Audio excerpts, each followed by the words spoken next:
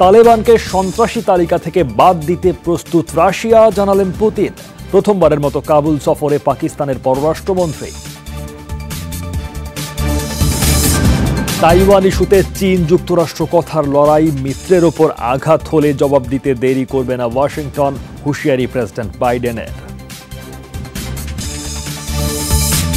নজিরবিহীন দুর্ঘটনা, হলিউড সিনেমার সেটে অ্যাকশন দৃশ্যের শুটিংয়ের সময় অভিনেতার গুলিতে চিত্রগ্রাহকের মৃত্যু, গুরুতর আহত পরিচালক।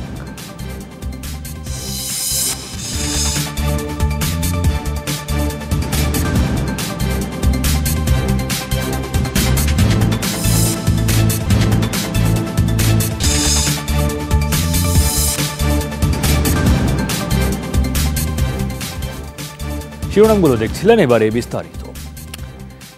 তালেবানকে সন্ত্রাসী তালিকা থেকে বাদ দিতে প্রস্তুত রাশিয়া। গোষ্ঠীটির প্রতিনিধি দলের সাথে বৈঠকের পর বৃহস্পতিবার এই ঘোষণা দিলেন প্রেসিডেন্ট ভ্লাদিমির পুতিন। এদিকে প্রথমবারের মতো কাবুল সফর করছেন পাকিস্তানের পররাষ্ট্রমন্ত্রী। জানান, শিগগিরই প্রতিবেশীর সাথে স্বাভাবিক হবে ভিসা, বাণিজ্য এবং সীমান্ত সুরক্ষা। তবে তালেবান গঠিত সরকার এখনই পাবে না অনুমোদন।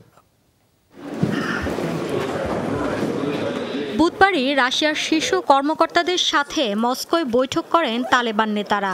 জোরালো দাবি ছিল, সবার অংশগ্রহণের ভিত্তিতে গঠিত হয়েছে আফগানিস্তানের নতুন সরকার। সেখানে দেশটির মানবিক বিপর্যয় রোধে অর্থ সহযোগিতার আশ্বাস দেয় আঞ্চলিক 10 রাষ্ট্র। তারপরই প্রেসিডেন্ট পুতিন জানান, 2003 সালে তালেবানকে সন্ত্রাসী কালো তালিকাভুক্ত করার সিদ্ধান্ত থেকে শিগগিরই সরবে রাশিয়া। গোটা আফগানিস্তানের নিয়ন্ত্রণ তালেবানের হাতে, সুতরাং ইতিবাচকভাবে তারা দেশ পরিচালনা করবে এটাই প্রত্যাশা। তাই সন্ত্রাসী সংগঠনের তালিকা থেকে তালেবানকে বাদ দেওয়ার উদ্যোগ নিয়েছে রাশিয়া। খুব শিগগিরই সিদ্ধান্তটি বাস্তবায়িত হবে। দুঃখজনক হলো, আইএসের মতো কিছু সন্ত্রাসী গোষ্ঠী এখনও দেশটিতে তৎপর। তালেবান পূর্ণ নিয়ন্ত্রণ প্রতিষ্ঠার পর প্রথমবার আফগানিস্তান সফরে গেছেন পাকিস্তানের পররাষ্ট্রমন্ত্রী। শীর্ষ নেতাদের সাথে বৈঠকে দুই প্রতিবেশীর সম্পর্ক উন্নয়নে জোর দেন। আফগান প্রশাসনের সাথে ভিসা, বাণিজ্য এবং জাতীয় নিরাপত্তা নিয়ে আলোচনা হলো।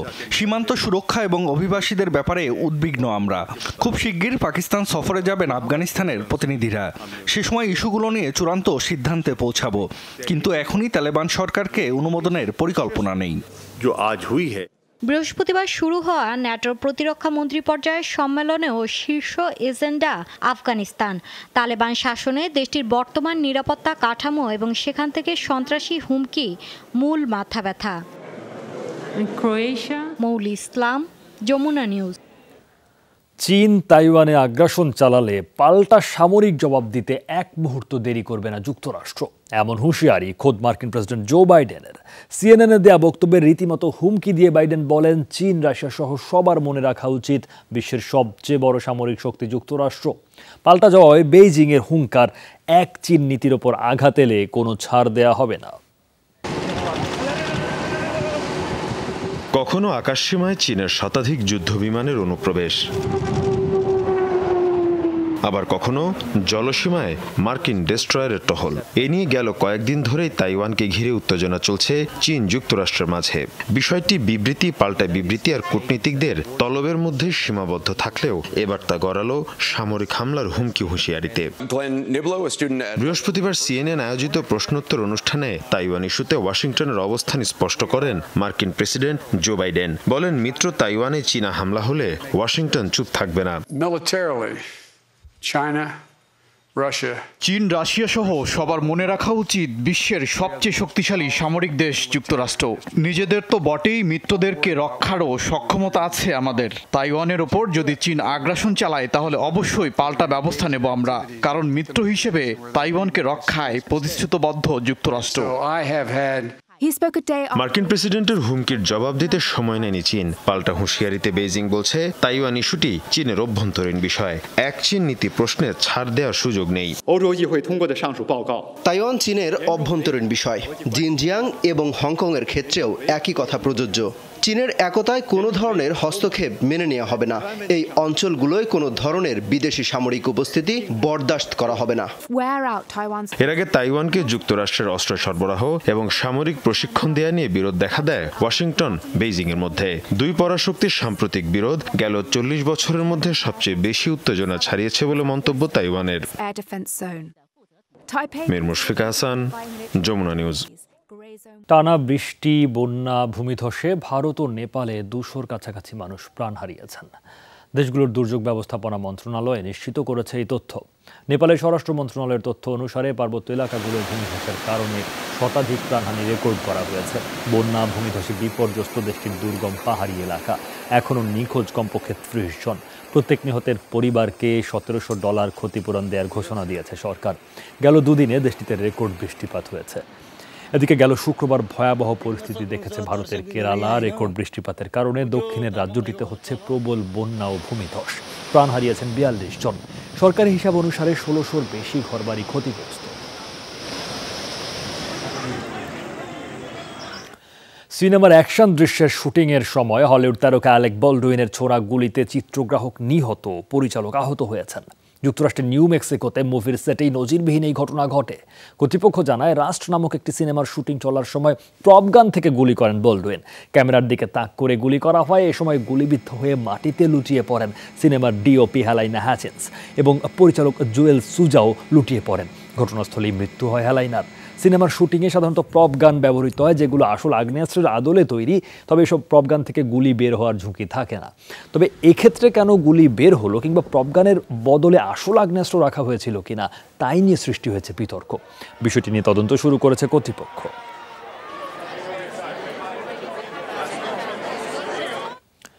মুক্তিপণ না দিলে হাইতিতে শিশুসহ 17 মার্কিন মিশনারিকে খুনের হুমকি দিল অপহরণের সাথে জড়িত গোষ্ঠী 400 মাওজো গ্যাং। অপরাধী চক্রের হোতা একটি ভিডিও বার্তা প্রকাশ করে, জানায় $1,70,00,000 মুক্তিপণ দ্রুততম সময়ে হস্তান্তর করতে হবে। দাবিকৃত মুক্তিপণ না পেলে অপহরণকৃতদের হত্যার হুমকি দেওয়া হয়েছে। কর্তৃপক্ষ জানায়, অপরাধী চক্রটির সাথে এরই মধ্যে কয়েক দফা আলোচনা হয়েছে। নিরাপত্তা বাহিনীর পরামর্শে অপহরণকারীদের সাথে দর কষাকষি করছে স্বেচ্ছাসেবী সংস্থা ক্রিশ্চিয়ান এইড মিনিস্ট্রি। অপহরণের প্রতিবাদে বিক্ষোভ ছড়িয়েছে হাইতি জুড়ে। অপহৃতদের মধ্যে 16 মার্কিন ও একজন কানাডার নাগরিক। কয়েক বছর ধরেই হাইতিতে বেড়েছে অপহরণের ঘটনা। করোনা মহামারীতে সারা বিশ্বে 80,000 থেকে 1,80,000 স্বাস্থ্যকর্মী মৃত্যুবরণ করেছেন। বৃহস্পতিবার বিশ্ব স্বাস্থ্য সংস্থা জানায়, উদ্বেগজনক এই তথ্য। 2020 সালের জানুয়ারি থেকে চলতি বছরের মে মাস পর্যন্ত রেকর্ড করা হয়েছে প্রাণহানির হিসাব। ধারণা করা হয়, বিশ্বজুড়ে বর্তমানে 10.5 কোটি চিকিৎসক, গবেষক, স্বাস্থ্যকর্মী কাজ করছেন। WHO প্রধান টেড্রোস আধানম বলেন, টিকা প্রদানের ক্ষেত্রে স্বাস্থ্যকর্মীদের সব দেশে অগ্রাধিকার দেওয়া উচিত।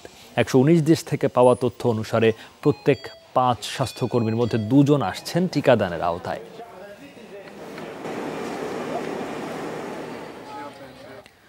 দীর্ঘ 262 দিন লকডাউনে থাকার পর স্বাভাবিক জীবনে ফিরল অস্ট্রেলিয়ার শহর মেলবোর্ন। বৃহস্পতিবার তুলে নেওয়া হয় সবশেষ এবং 6ষ্ঠ দফার লকডাউন। শহরটির 16 বছরের ওপরে 70% বাসিন্দা নিশ্চিত করেছেন ভ্যাকসিনের পূর্ণাঙ্গ ডোজ। তাই 50 লাখের বেশি মানুষের শহরটি বর্তমানে অনেকটাই করোনা থেকে নিরাপদ। রেস্তোরাঁ, ক্যাফে, স্টেডিয়াম বা সুইমিং পুলের মতো খোলা জায়গায় যেতে নেই বাধা। থাকবে না কারফিউ কিংবা চলাচলের উপর কোনো নিষেধাজ্ঞাও। ঐতিহাসিক দিনটি অনেকেই পানশালা বা রাস্তায় উদযাপন করেন।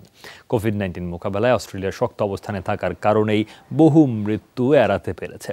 2020 সালের মার্চ মাস থেকে 6 দফায় মেলবোর্নে জারি করা হয় লকডাউন। মহামারীতে দেশটির মোট প্রাণহানি 1600-র কাছাকাছি, শনাক্ত 1.5 লাখের বেশি সংক্রমণ। দেশে বিদেশে ভ্রমণের জন্য ভ্যাকসিন পাসপোর্ট বা আন্তর্জাতিক মানসম্পন্ন টিকা সনদ দিতে যাচ্ছে কানাডা। বৃহস্পতিবার এই ঘোষণা দেন প্রধানমন্ত্রী জাস্টিন ট্রুডো। তাতে থাকা কিউআর কোড স্ক্যানিংয়ের মাধ্যমে বিমানবন্দর, ট্রেন স্টেশনের মতো জায়গাগুলোয় প্রবেশের সুযোগ পাবেন কানাডীয়রা। কার্ডটিতে ব্যক্তির নাম, পরিচয়, জন্ম তারিখ, কোন টিকা গ্রহণ করেছেন এবং কবে কবে ডোজগুলো দেওয়া হয়েছে সেসব তথ্য সংযুক্ত থাকবে। দেশটির 73% মানুষের 2 ডোজ করোনা টিকা প্রাপ্তি নিশ্চিত করেছে সরকার। তবে পূর্ণাঙ্গ টিকা গ্রহীতা হলেও 30 নভেম্বরের আগে বিমানে ভ্রমণের সুযোগ পাবেন না কানাডীয়রা। national standard for a proof of vaccination certificate. শিগগির প্রত্যেক রাজ্য এবং অঞ্চলে ভ্যাকসিন সনদপত্র চালু করা হচ্ছে। এর ফলে অভ্যন্তরীণ চলাচলের পাশাপাশি আন্তর্জাতিক ভ্রমণেও বাধা পাবেন না কানাডীয়রা। অনলাইনে থাকা সনদপত্রটি মোবাইলে ডাউনলোড করে প্রিন্ট করে রাখতে পারবেন টিকাগ্রহীতারা। ইউরোপে ভিন্ন ভিন্ন প্রক্রিয়া চালু থাকলেও যুক্তরাষ্ট্রের মানসম্পন্ন ভ্যাকসিন কার্ড বানিয়েছে Canada. So far we have বিশ্বের 46 দেশের পর্যটকদের সুখবর শোনালো থাইল্যান্ড। করোনা ভ্যাকসিনের 2 ডোজ টিকা নিশ্চিত করলে থাকতে হবে না কোয়ারেন্টাইনে। বৃহস্পতিবার দেশটির প্রধানমন্ত্রী প্রায়ুত চান-ও-চা জানান, করোনার সংক্রমণ কম বিশ্বের এমন 46 দেশের পর্যটকরা পাবেন এই সুযোগ। তবে এই তালিকায় নেই বাংলাদেশ। আগামী 1 নভেম্বর থেকে কার্যকর হবে নতুন সিদ্ধান্ত। 2 ডোজ টিকা নেওয়া থাকলেও ভ্রমণের আগে করোনার নেগেটিভ সনদপত্র দেখাতে হবে। কয়েক মাস আগেও মহামারীর প্রকোপে বিপর্যস্ত ছিল থাইল্যান্ড। সংক্রমণের লাগাম টানতে বিদেশিদের ভ্রমণে কড়াকড়ি আরোপ করা হয়। বর্তমানে সংক্রমণের হার কিছুটা কমে আসায় বিধিনিষেধের শিথিলতা এনেছে থাইল্যান্ড। দেশটির আয়ের বড় অংশ পর্যটন খাত থেকে আসে। কোভিডের ধাক্কা সামলাতে তাই নতুন নতুন সিদ্ধান্ত নেওয়া হচ্ছে। দাবানলের ঘটনায় জড়িত থাকার অপরাধে 24 জনের মৃত্যুদণ্ড কার্যকর করল সিরিয়ার সরকার। বুধবার তাদের ফাঁসি দেওয়া হয়। দেশটির বিচার মন্ত্রণালয় জানিয়েছে, মৃত্যুদণ্ডপ্রাপ্তরা সরকারি অবকাঠামো এবং সম্পদের অপরিণীয় ক্ষতির জন্য দায়ী।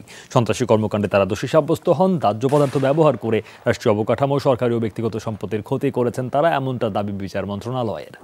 দাবানল জড়িত থেকে আরও 11 জনকে যাবজ্জীবন কারাদণ্ড দেওয়া হয়েছে। এছাড়া 5 নাবালককে একই অভিযোগে 10 থেকে 20 বছরের কারাদণ্ড শোনানো হয়। চিত্রকর্ম হয়ে উঠল প্রতিবাদের ভাষা। দাবানলে পুড়ে যাওয়া গাছের ছাই দিয়েই ফুটিয়ে তোলা হলো দাবানলের ভয়াবহতা। ব্রাজিলের সাও পাওলোতে ভবনের গায়ে বিশাল এক প্রতিবাদী ছবি আঁকলেন চিত্রশিল্পী মুন্দানো। বনভূমি উজাড়, জলবায়ু পরিবর্তনের নেতিবাচক প্রভাব সম্পর্কে মানুষকে সচেতন করতেই এই উদ্যোগ বলে জানিয়েছেন শিল্পী। প্রায়ই দাবানলে পুড়ে ছাই হচ্ছে লাখ লাখ হেক্টর বনভূমি। শুধু তাই নয়, প্রাণীকুল হয়ে পড়ছে বিপন্ন, যার নেতিবাচক প্রভাব পড়ছে পরিবেশের ওপর। ভয়াবহ এই অবস্থাকে চিত্রকর্মের মাধ্যমে ফুটিয়ে তুলেছেন ব্রাজিলের শিল্পী মান্দানো। সাও পাওলোর একটি ভবন জুড়ে শোভা পাচ্ছে তার আঁকা 10,000 বর্গফুটের সাদা কালো চিত্রকর্মটি। জলবায়ু পরিবর্তনের ভয়াবহতা বিশ্ববাসীর কাছে তুলে ধরতেই এই প্রয়াস। কাটা গাছের গুঁড়ি, প্রাণীর কঙ্কাল আর ফায়ার ব্রিগেড কর্মীর প্রতিকৃতির মাধ্যমে দাবানলের ভয়াবহতা ফুটিয়ে তোলা হয়েছে ছবির পরতে পরতে। আর আমাজনে পুড়ে যাওয়া গাছের ছাই দিয়ে ছবিটি এঁকে এতে যোগ করা হয়েছে অন্য মাত্রা। ছবিটি দাবানলের ছাই দিয়ে এঁকেছি। দাবানলের পর সাও পাওলোর 10,000 কিলোমিটারের বেশি এলাকা ছাইয়ে ঢাকা ছিল।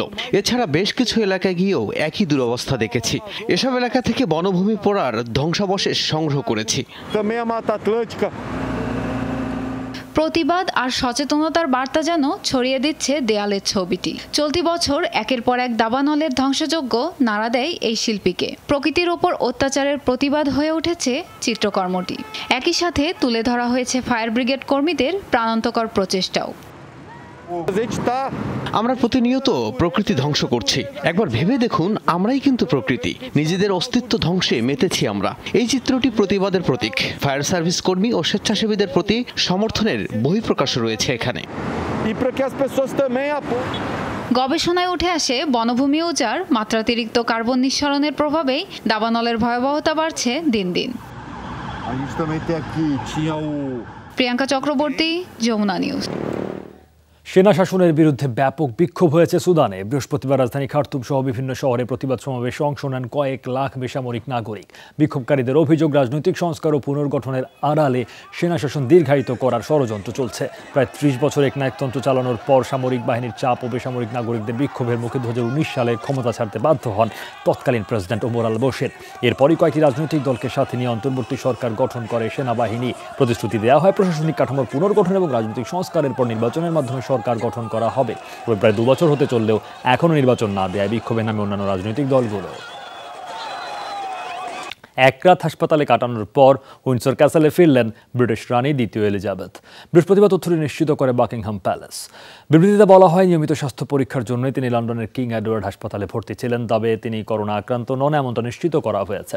বর্তমানে স্থিতিশীল 95 বছরের রানীর শারীরিক অবস্থা।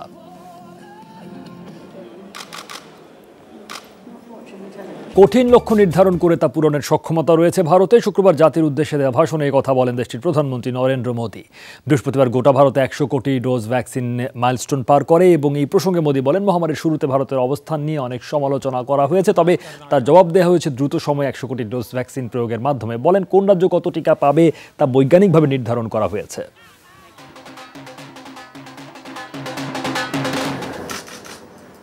ইসরায়েলের গোয়েন্দা সংস্থা মোসাদের হয়ে গুপ্তচর বৃত্তির অভিযোগে 15 জনকে আটক করেছে তুরস্ক। দেশটির গোয়েন্দা সংস্থা এমআইটির অভিযানে তাদের আটক করা হয়। কর্তৃপক্ষ জানায়, আটক ব্যক্তিরা 3টি সেলে বিভক্ত হয়ে ইসরায়েলের জন্য গোপন তথ্য সংগ্রহ করছিল।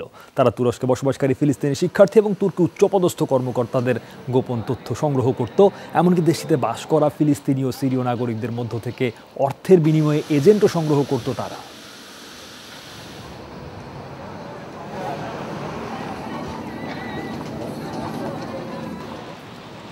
বিশ্বের সর্ববৃহৎ নাগরদোলার উদ্বোধন করল দুবাই। বৃহস্পতিবার আইন দুবাই বা দুবাইয়ের চোখ নামের হুইলটি জনসাধারণের জন্য খোলা হয়। 850 ফুটের বেশি উচ্চতার নাগরদোলায় একসাথে চড়তে পারবেন 1750 জন দর্শনার্থী। বাংলাদেশি মুদ্রার 3000 টাকা থেকে শুরু টিকিটের দাম। আতশবাজির আলোকছটায় উদ্বোধন হলো পৃথিবীর সর্ববৃহৎ নাগরদোলার। আইন দুবাই আরবীয় নামটির শাব্দিক অর্থ দুবাইয়ের চোখ, যার ওপর থেকে দুবাইয়ের 360 ডিগ্রি ভিউর পাশাপাশি দেখা যাবে আরব উপসাগরও। 850 ফুট উচ্চতার নাগরদোলায় রয়েছে 48টি বিলাসবহুল কেবিন, যার প্রতিটিতে 40 জনের মতো অতিথি উঠতে পারবেন। একবারে চড়তে পারবেন 1750 জন। ঘোরা যাবে 38 মিনিট। সূর্যাস্তের সময় খুবই দুর্দান্ত লাগছে নাগরদোলাটি। কিছুক্ষণের মাঝেই শুরু হবে আতশবাজির খেলা। পৃথিবীর সবচেয়ে উঁচু হুইল দেখা এবং সেটিতে চড়ার অভিজ্ঞতা সত্যিই অদ্ভুত। পৃথিবীর সর্ববৃহৎ নাগরদোলার উদ্বোধনী দিনে উপস্থিত থাকাটাও ভাগ্যের ব্যাপার। আমরাও ইতিহাসে সাক্ষী হয়ে গেলাম। টেমস নদীর তীরে লন্ডনের বিখ্যাত হুইলের তুলনায় আকার উচ্চতায় আইন দুবাই 8 গুণ বড়। বানাতে লেগেছে 11,200 টন ইস্পাত, যা আইফেল টাওয়ারের তুলনায় 33% বেশি। নাগরদোলাটি বানাতে কাজ করেছে ব্রিটেন, ফ্রান্স, জার্মানি, সংযুক্ত আরব আমিরাতের মতো 10 দেশ। মৌলি ইসলাম, যমুনা নিউজ। এই ছিল যমুনা আইডেস্কের আজকের আয়োজনে। এতক্ষণ সাথে থাকার জন্য আপনাদের সবাইকে অনেক ধন্যবাদ।